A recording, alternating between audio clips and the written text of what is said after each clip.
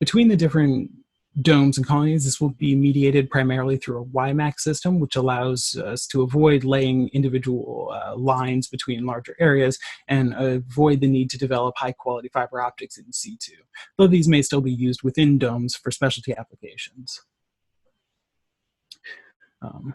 This known WiMAX system, though, is helpful in that there are data nodes that are off the shelf now that we could use to connect to local or to generate local cellular networks as well, and also a LoRa gateway, which would be something that is helpful in embedding sensors throughout the colony. So this LoRa system is particularly great because it is so modular and has such a well-developed library for hobbyists already, but also has the stability and robust application portfolio to support the sensors that are necessary for more technical designs. So whether this be in chemical and wastewater reprocessing or within agricultural soil monitoring, whether we're hooking it up to an atmospheric sensor or an Arduino that's doing a more specialized monitoring task, these are a modular system that is manageable by individuals and will be a key part of the infrastructure of the Internet of Things of Mars.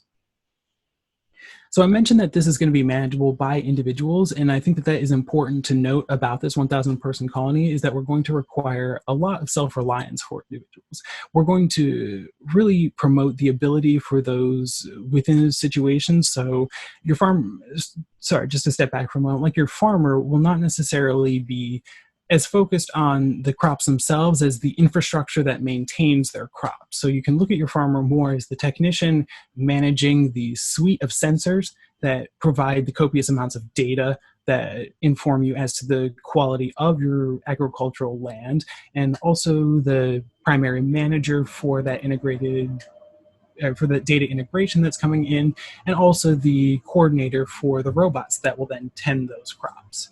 And within that, there will be specialty electricians, specialty computer scientists, and network engineers who are going to be able to assist you in those. But given the size of the infrastructure required for this, it is going to require more action on the individual end user's part at the technical level than you might see on Earth. So we'll be recruiting hobbyists. And one of the ways that we'll recruit a lot of these hobbyists is through the ancillary research activity that is going on Mars. And it might be better to look at a lot of the hobbyist and infrastructural work as the ancillary side of this, because the size of the primary research is going to be quite significant. So for this design, I've been working with a 100-person university that is a dedicated public research institute on Mars. So this would be postdoctoral research, and it would be focused on systems that are benefiting the colony itself and further development. So this would be Aryan studies and the characterization of Martian geology and history to that end. But the proposal for this is 25 teams of 4 researchers, each on a 2-year rotation. And it's important to note that while this would be a public institute, the funding for this would come primarily from Earth in the sense of different teams that could be sent to Mars to study as a way of generating revenue for the colony itself. Okay, so jumping back over to farmland, I wanted to give a bit of a picture of what the overall agricultural system for Mars would look like. So it's important to note that this is not an insignificant demand on the colony itself. We'll need to produce roughly 900 kilograms of food per Martian per year. And this is 1,000 Martians, so we are talking about 900 tons of food, which is a very significant portion. While you can at this time still anticipate a number of specialty goods, particularly chocolate, honey, certain refined, actually not necessarily honey, we would have the ability to produce that one in situ, but certain refined products would be what you would be expecting to be transported from Earth, while the bulk of your calories would be produced in situ. The majority of these would be produced through traditional, and by traditional I mean a soil-based agricultural system. So this soil would not be fully natural. It would be derived from regolith that would be first washed to remove the perchlorates and other mobile salts, and then further refined to remove any specific metals, adjust its pH balance, and then to also add specific nutrients that would be necessary. So these nutrients, your primary NPK, would be refined and concentrated from previously mined regolith and re-added to specialty batches in order to produce soil. But we would, over time, be building up the organic matter content and say recycled elements of this soil to produce a more robust and less resource-intensive soil for future agricultural growth. But overall, we'd be looking at about 35 hectares of this, and this is with this would also be supplemented by a lot of artificial lighting and CO2 supplementation that would really maximize the ability to grow food on this land. So with additional light and CO2, we'd be aiming for roughly 20 tons per hectare in a 3 growing cycle year. And so that's a 3 growing cycle Earth year and 6 for the Martian year. So it's important to use supplemental lighting here because the CO2 is not limiting to a plant below a certain solar level, and this is much higher than the natural lighting that plants would receive on Earth, and significantly more so than they would receive on Mars to this end. And in this image here, I just wanted to note also that you can see our solar thermal concentrator system as well. So this is just to give you an example of what this sort of system would look like, but it is estimated at 20 megawatts for the colony itself. It would be primarily a supplement to the heating system of the colony. So I mentioned that we'll be building up the biological components of the soil over time, and this is primarily through the composting of agricultural crop waste. So we'll be producing roughly 3 times as much crop waste as we will consumable crops from our agricultural land, and this will then be used in the vermicompost system to produce roughly 1/3 that volume in applicable compost. So this will still result in hundreds of tons of compost per year, which will then be expanded to produce hundreds of cubic meters of soil every single year. So you'll note that hundreds of cubic meters is a far cry from a hectare, so we'll still be looking at a very heavy use of industrial produced supplements to create soil for the first several decades of the colony. But the vermicompost system does provide very measurable benefits even at its onset. And one of the biggest of those is the worms themselves. So these worms provide very complex proteins, which are great for feeding fish and any small agricultural animals, likely only chickens, that would be included in the system as well. Jumping over to the fish, just to kind of scale against the 900 kilograms per person that we're looking at about 110 of those kilograms and about 30 of those kilograms coming from the aquaponic system specifically. And so this is 30 tons of fish per person, but only 25 of those tons are actually going to each individual. Roughly 5 tons of fish will be reserved for industrial reprocessing. So this is necessary in that it's noted that fish food is heavily benefited from the supplement of fish oil and fish meal that can be recycled through the process. But in addition to that, we'll also be growing quite a bit of our fish food in situ as well. So between the worms and roughly 90 tons of duckweed that we'll be growing, we'll be able to produce all the fish food that we need in situ as well.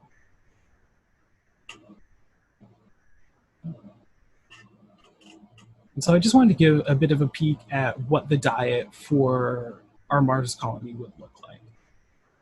Now, this food pyramid is representative of the Mediterranean diet, which is the diet that I would advocate most for the Martian colonists, in that it is the majority of its components are producible on Mars, and the elements that it seeks to minimize are those that we would seek to avoid production of on Mars to begin with, and so it naturally aligns with the goals of this diet. And so we'd want at least a third of your diet to be fresh produce, which is our primary agricultural good that we'll be most easily able to produce. But also items like nuts and seeds are something that we would be able to produce at a substantial quantity as well, and really supplement the diet with in situ products. Notably, red meat and dairy, are some items that are minimized, and those would be some of the hardest elements to produce on Mars. One note about dairy, though, synthetic bioproduction would likely be the way that we would be sourcing all of our Martian dairy, and this would be through the use of bioreactors seeded with mammary cells to produce a milk product out of that, which could then be further transformed into cheeses. Stepping back a bit, we can look at food and culture a bit more broadly and kind of get an assessment for the flexibility of the menu over time. Because based on the agricultural cycling, we're likely going to have a glut of certain products over time or in certain time frames, but it's important to note that this is acceptable within the palette of individual Martians if we adhere to certain principles that have been identified within the relationship of food and culture. And so one of the most important of those in terms of tolerable differences is number 6 on this list, which is the need for highly nutritious foods. So this is just to point out that, and this is from Walkvist and Lee in, I believe, 2007, if you would like to look further into this paper, but this is just to point out that it has been addressed that in certain cultural situations, a diversity of food can be substituted for a highly nutritious diet. But also to give a bit of a peek at what might be necessary within the life of certain Martians. So having a healthy association with food is often associated with certain celebratory occasions, which are something that we can easily continue on Mars, and also having a fair bit of diversity within the diet when available. Okay, so one other agricultural product that I'd like to talk about that kind of ties into a number of other systems that we touched on today are silkworms. So these, like the worms from vermicompost, can serve as a protein source for fish and can also be used to produce a protein flour. So silkworm pupae are eaten in several areas of the world, but this might be one cultural bridge that does not extend to Mars. But they do offer a high protein source, or a source of protein in situ on Mars. Beyond that, though, the silk that these worms produce would actually be a very important source of industrial clothing. So having 1,000 colonists on Mars for an extended duration of time means that we need to begin considering producing all of the elements that these colonists would need in their daily life. And this includes clothing. So with a workforce of less than 20 individuals, you'd be able to produce over 4,000 shirt equivalents worth of silkworms. So this is a few million silkworms, but as you can see in this picture, you're able to produce silkworms at a very dense rate, and this is something that is especially beneficial on Mars.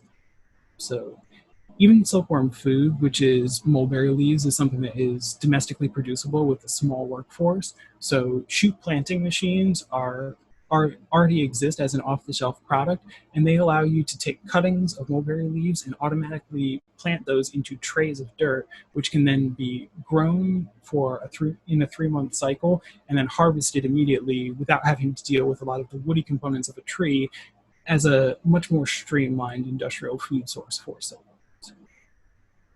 But beyond just shirts, these silkworms offer a way to produce a lot of complex recombinant biomaterials in larger quantities than you would be able to get from individual cells.